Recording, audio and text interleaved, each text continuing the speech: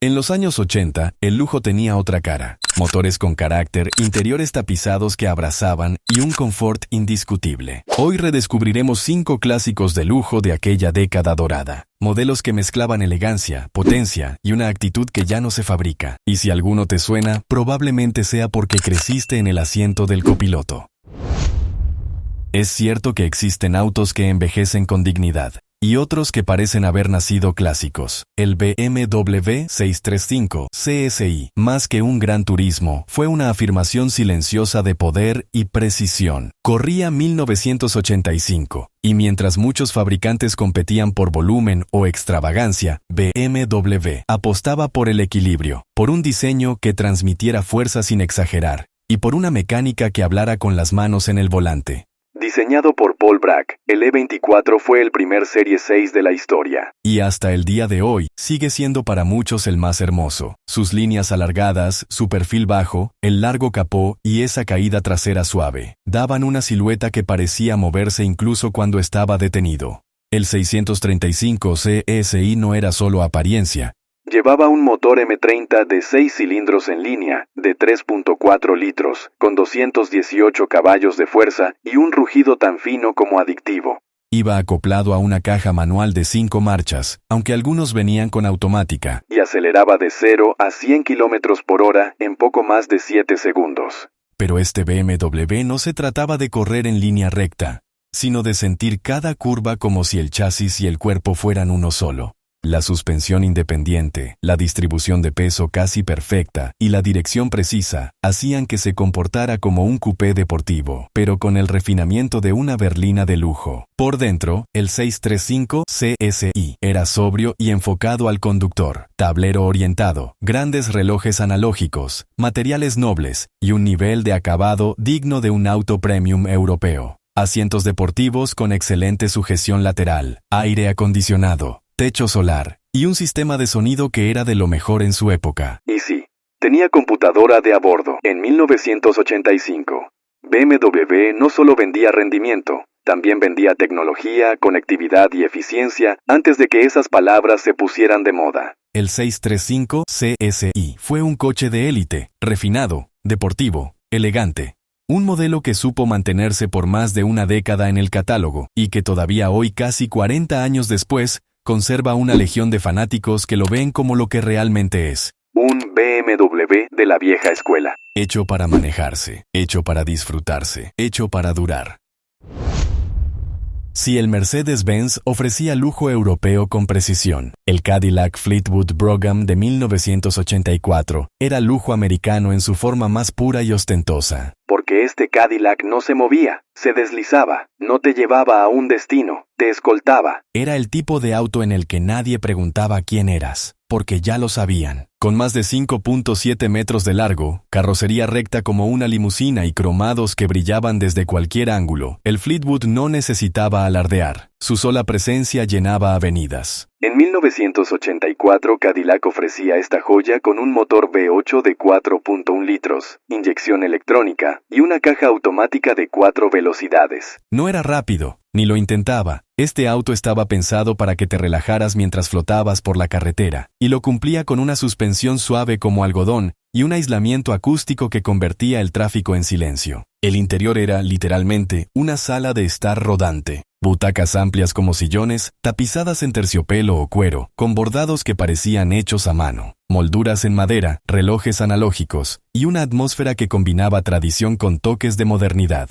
Aire acondicionado automático, control de crucero, elevalunas eléctricos, cierre centralizado, e incluso una luz de lectura individual para los pasajeros traseros. Y no faltaban los emblemas dorados, las insignias Brougham en cursiva, ni el legendario ornamento del capó con la corona de Cadillac. Su consumo era desproporcionado y pesaba más de 2 toneladas. Pero nada de eso importaba, porque el Cadillac Fleetwood era el auto de quienes ya habían llegado a la cima, no de quienes estaban apurados por alcanzarla. Este modelo representó el final de una era donde el lujo no se justificaba, se imponía, donde lo grande era sinónimo de prestigio. Y donde un auto no solo era transporte, sino un símbolo de estatus. El Fleetwood Brougham no necesitaba ser moderno, solo necesitaba ser un Cadillac, y en eso fue insuperable.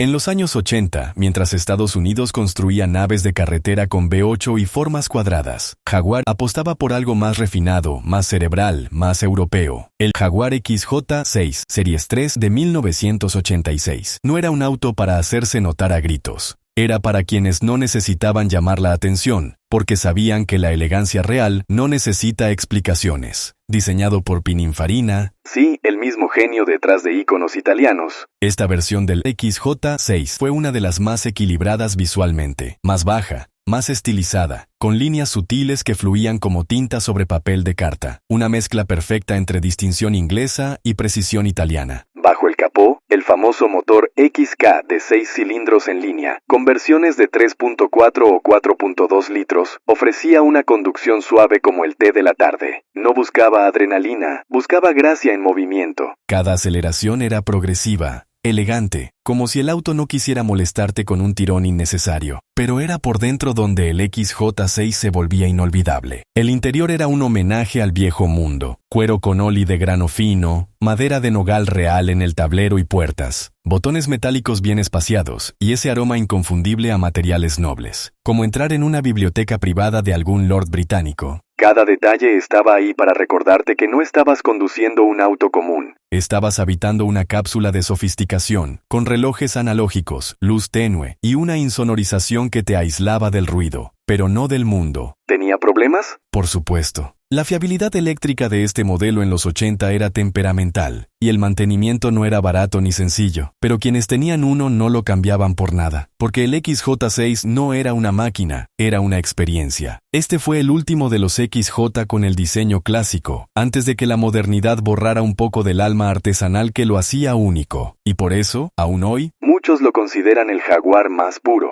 El que resumía todo lo que la marca representaba antes de la era globalizada. El Jaguar XJ6 Series 3 no era para impresionar a todos, era para impresionar al que realmente entendía. En 1986, si querías lo mejor que el mundo tenía para ofrecer sobre 4 ruedas, no mirabas hacia Detroit, mirabas hacia Stuttgart, y lo que veías era esto. El Mercedes-Benz 560 SEL W126. Un sedán que no solo definió el lujo, lo refinó, lo destiló hasta convertirlo en una experiencia que pocas veces volvió a repetirse. Era el modelo tope de gama de la clase S, la punta de lanza tecnológica de Mercedes. Y eso se notaba en todo. Debajo del capó, un V8 de 5.6 litros, con más de 300 caballos de fuerza y una entrega de torque tan suave que parecía que el auto flotaba. La aceleración era sorprendente para su tamaño. 0 a 100 en 6,9 segundos, y una velocidad limitada electrónicamente a 250 kilómetros por hora. Pero el 560 SEL no se trataba de ir rápido. Se trataba de cómo lo hacía, con serenidad, con aplomo, con una sensación de que el mundo afuera se movía, y tú no. El interior era un santuario. Asientos de cuero auténtico, amplios, profundos, con regulación eléctrica en múltiples direcciones, memoria de posición y calefacción independiente, climatizador automático Bisona, cortinas eléctricas traseras, iluminación ambiental tenue y un aislamiento acústico tan preciso que los ingenieros de la época lo llamaban el silencio Mercedes. Pero había más. Volante de cuero, acabados en madera de nogal real, reposabrazos con compartimentos secretos, y hasta teléfono integrado y reproductores de cassette estéreo Becker, que eran el estándar de la alta fidelidad automotriz. En seguridad iba varios pasos adelante. Tenía airbags, ABS, cinturones con pretensores y una carrocería diseñada con zonas de deformación programada en 1986. Sí. Cuando otras marcas aún pensaban que el lujo era solo cromo y tapicería, Mercedes hablaba de protección, ergonomía y eficiencia. La suspensión autoajustable hidroneumática convertía cualquier carretera en una alfombra mágica, y su dirección asistida variable era suave en ciudad, firme en autopista. Todo estaba calibrado para una sola cosa, que el conductor no tuviera que pensar, solo disfrutar. Y aunque medía más de 5.16 metros de largo, su silueta era limpia, sobria, sin adornos innecesarios. Porque no buscaba llamar la atención, simplemente imponía respeto. Fue el auto de presidentes, diplomáticos, magnates y celebridades, pero también de coleccionistas, puristas y conductores que sabían exactamente lo que querían. Un coche que se hizo para durar y que 40 años después sigue haciéndolo.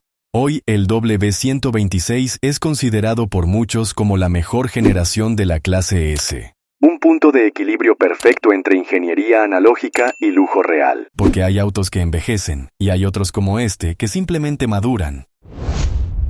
En una década donde los autos comenzaban a perder identidad en busca de eficiencia, el Buick Riviera de 1983 decidió hacer lo contrario. Se volvió más raro, más excéntrico, y en cierto modo, más inolvidable. Esta sexta generación del Riviera no era solo un auto, era una declaración de estilo estadounidense que mezclaba lujo, tecnología y presencia desmedida. Diseño atrevido, con líneas marcadamente angulosas, faros escamoteables, una trasera elegante y ese largo capó que parecía eterno. Pero lo más impactante estaba dentro. Porque el Riviera del 83 no era solo comodidad, era ciencia ficción para su época. Pantalla táctil, CRT en el tablero, sí. En 1983, con navegación rudimentaria, climatizador digital y monitoreo de datos del vehículo. Un precursor de los sistemas multimedia actuales. En un coche con suspensión suave como flan y asientos delanteros que eran más sillones que butacas. Y no hablamos solo de apariencia. Este Buick ofrecía un V8 de 5.0 litros, tracción delantera, inusual para su categoría, y un enfoque total en el confort del conductor y los pasajeros. No solo corría, se deslizaba, no aceleraba, le susurraba al asfalto. ¿Era perfecto? No. Pesaba más de 1.700 kilos, sus consumos eran altísimos, y esa tecnología tan avanzada solía romperse. Pero eso no evitó que se convirtiera en ícono de la alta clase americana de los 80. El Riviera fue el auto de ejecutivos,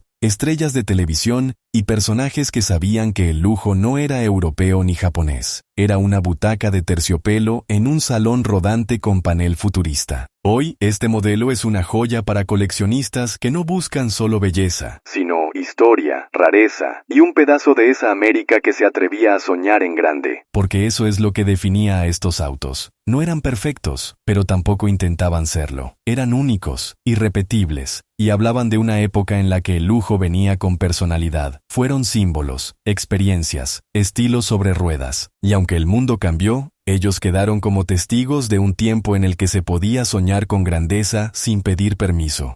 Ahora cuéntame, ¿cuál de estos 5 fue tu favorito? Te leo en los comentarios. Y si quieres seguir viajando en el tiempo, en pantalla te dejo otros videos que pueden ser de tu interés. Haz clic en alguno de ellos.